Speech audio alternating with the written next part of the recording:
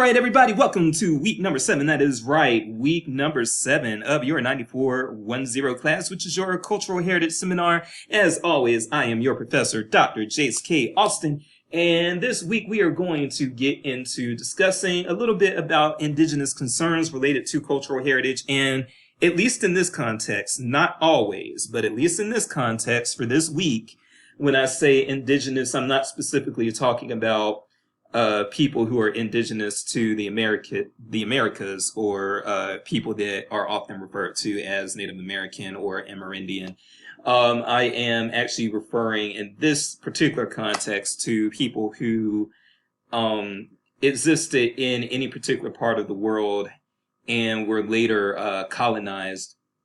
Honestly, usually colonized by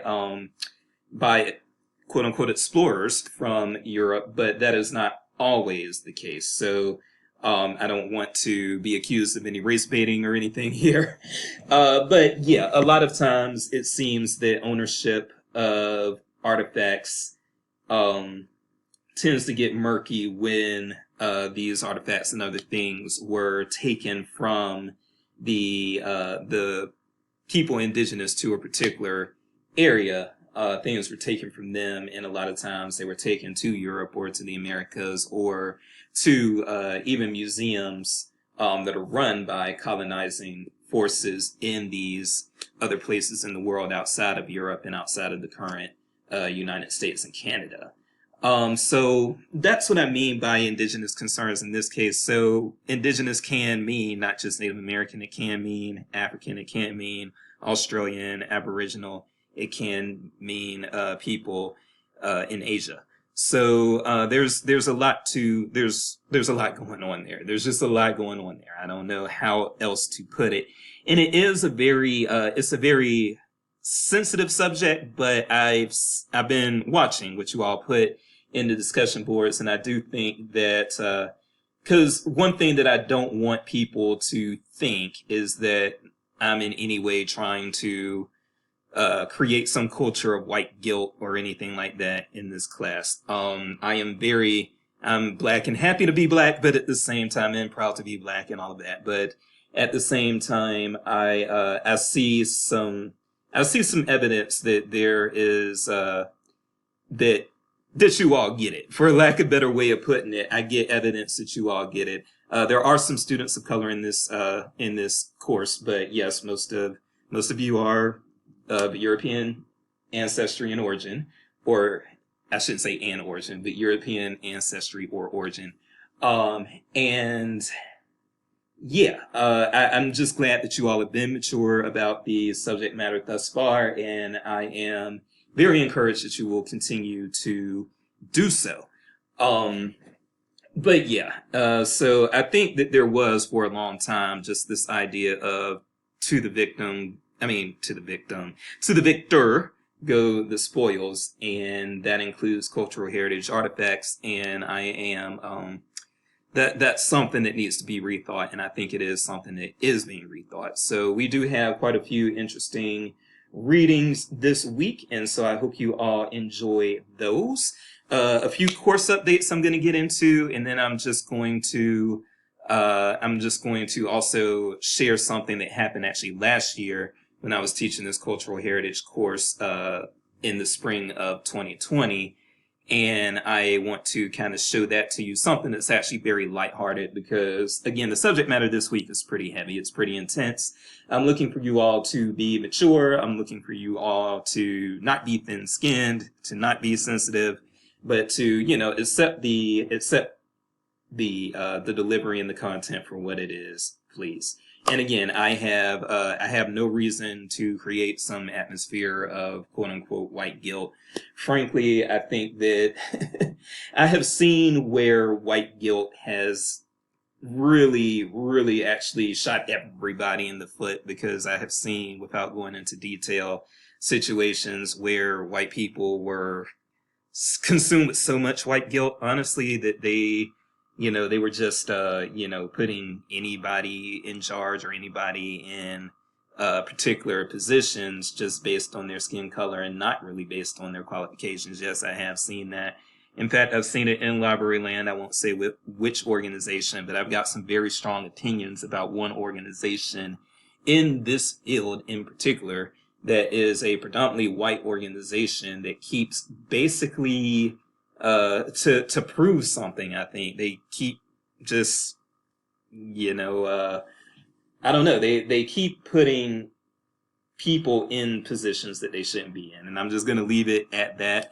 And there's, for me, nothing worse than seeing somebody who's not qualified to be doing something just out there doing it and then getting criticized, and then people start whispering under their breath, well, this is what happens when they get a little power. And it's just a mess. It's a bloody mess. Anyway, all of that to say, no, I don't want your white guilt. I'm not interested in it. Please refrain from displaying any such white guilt. But what you all have been doing in the discussion boards has been awesome thus far, and especially with the music module. Actually, y'all have been doing great regardless, because I was very impressed with the not the intangible heritage. I was impressed with that too.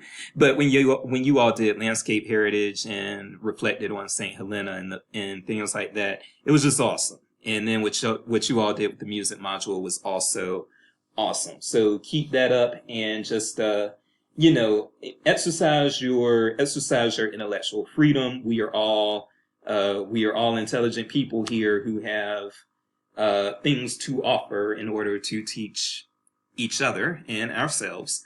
But we definitely do not. For one thing, I just want you all to know that you're not going to win points for me by displaying any sort of white guilt. It's usually I'm smart enough to know it when I see it, and to me it just comes off as pandering, and there's just no need for it. So you can be progressive, you can understand the wrongs that have been done in the past, all of those things, but you can do that without just blatantly seeming like you're trying to score points with an instructor who happens to be black, or trying to gain woke points or whatever from your colleagues. I see that a lot in librarianship, and it looks awful, because at the same time that everybody's being woke on social media, go to what are you really doing? If I am like, for instance, when I get on, and I'm sorry I'm going on such a tangent, but when I see other librarians on Twitter, for instance, that's where I interact with a lot of them and see what a lot of them are up to. And my goodness, I have seen some things that I was just like, okay, you're talking a good game, but at the same time, your connections to Black, to Indigenous, to Latinx people is actually pretty superficial. If the only Black person that you ever deal with outside of higher education, or outside of your coworker at the library who happens to be Black, if the only other time you're dealing with Black people is when you go to the supermarket and you think you're so woke because you engage in a conversation with the Black cashier, and you somehow convince yourself that you just know everything about Blackness because of that. I see this type of behavior with librarians on social media, and I'm just like, ugh, go out in the community if you're really about that. You know what I'm saying? Either be about it or don't be about it, but don't talk about it without walking about it. That's where I'm going to leave that. Outside of that, and I know that was a tangent, but all of that to say, you all are doing well, and please don't stop from doing well as we continue with this course. The music module, again, I do want to reiterate that I think that went very, very well. I think that you all were very honest about how much you liked the things you were assigned or didn't like them or whatever. I will say that I was surprised by it's okay to not like the reading material or the viewing material. It is okay to find the flaws in it. You all are very nice, and that's a great thing. But it's okay. And I'll actually, I'm politely going to, well, actually, let me change that. Let me do something else. So one thing that really stood out to me, when I was reading the discussion post was actually, Mariah's, Mariah's post, and she did call out that the documentary that she was assigned did not give due justice to women who had contributed to that genre of music. And that's a big deal. It's a very big deal. So I was glad for that honest reflection, and it's okay for you all to engage in that type of honest, no holds barred reflection and analysis and criticism. That's what we do, and things don't get better until we the first step, I guess, is to acknowledge that you have a problem, but that's not enough. You actually need to take corrective action. So that is that. So let's get into a couple of course updates here. First of all, we do have a synced session this coming Tuesday, March 9th. Mike Sweeney will be coming to us, and he will be talking about the Missouri State Bicentennial. So a lot of you are in Missouri, but then a lot of you are not. So I apologize if you don't feel that the Missouri State Bicentennial is going to be interesting to you if you do not live in the state of Missouri, but you may be surprised. And Michael Sweeney did an excellent job with this when he talked about it last year, which was the year before the bicentennial.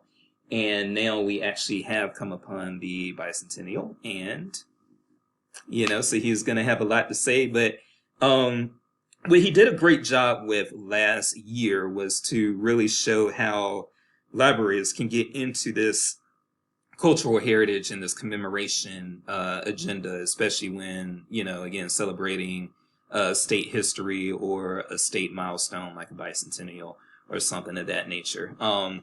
North Carolina's bicentennial was in 1989, so I was 6, so I don't really remember much of that.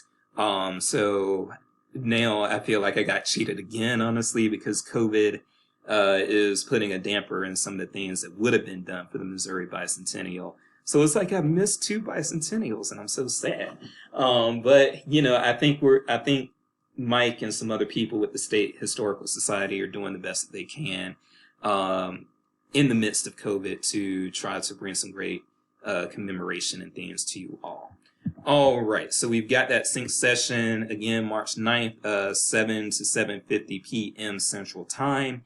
And there will be, we will extend the question and answer just like we did with Dorothy Berry. We will have optional question and answer after 7:50 because my Zoo shows the course or the class to end at 7:50. I can't keep you all here past 7:50. But what I can do is allow, after that point, I can allow the question and answer to be optional, and then you all will have the decision of whether or not you want to stick around. Okay? All right. So you've got that. The other thing, I will be putting the prompts up for the final this weekend, and you still got plenty of time. I believe the due date is May the 10th or something of that nature. May the 9th, I believe, actually. So I'll get those prompts for the final up and going. The Confederate prompt is actually already written. I just have to go back into Canvas and reactivate it. But I'll make another prompt because there were people, again, I'm from the South and they love talking about the Confederacy and the Civil War down there in the Carolinas, but up here, not so much.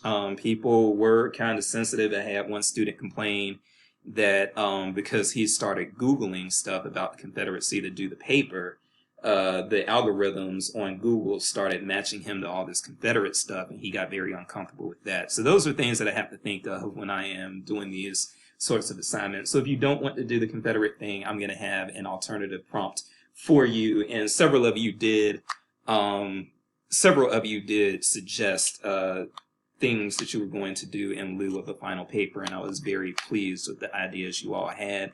So all of you actually approved your idea.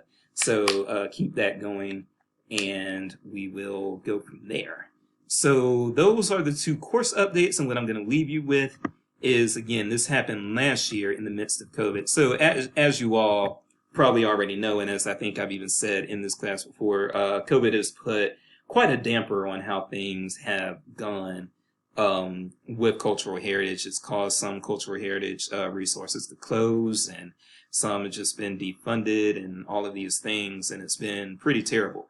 But what was happening last April, and this has nothing to do, by the way, with the discussion with the discussion subject and the topic of this week. But this week is a heavy topic for the reading and the discussion, so I figure why not balance it out with a lighthearted, just something kind of lighthearted for the check-in video. So what we have here is museums share scariest stuff. I should have said creepiest stuff. So what happened last year with all these museums that couldn't serve the way they were used to serving because of COVID? One thing that they did last April was they started just posting and kind of competing on what their creepiest items and objects were. And that was actually a pretty cool thing to make note of when I was teaching this class last semester. I think that, not last semester, but last spring, I think some of my students really got into it.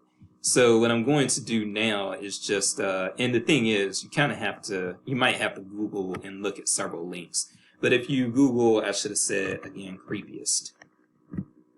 So if you Google museums share creepiest stuff, all this stuff from last year is going to come up. And yeah, just see what some of these museums were engaging in at the time or talking about with each other at the time on social media, as far as what some of their creepiest objects were, because it's pretty interesting, especially if you are the type of person who likes archives and museums, which most librarians, I think, do. So that is it for that. We're going to keep this under 20 minutes, so I have said everything that I need to say. Keep up the great work. Again, you all are doing great with the discussion boards. I can't wait to see you all on Tuesday, and also hopefully I will have your first written papers graded within the next few days. So I will be working on that as well. You all are doing great. As always, I am Dr. J's Peace and Grace. Quarantine in place and do not cough in anybody's face. Have a good week.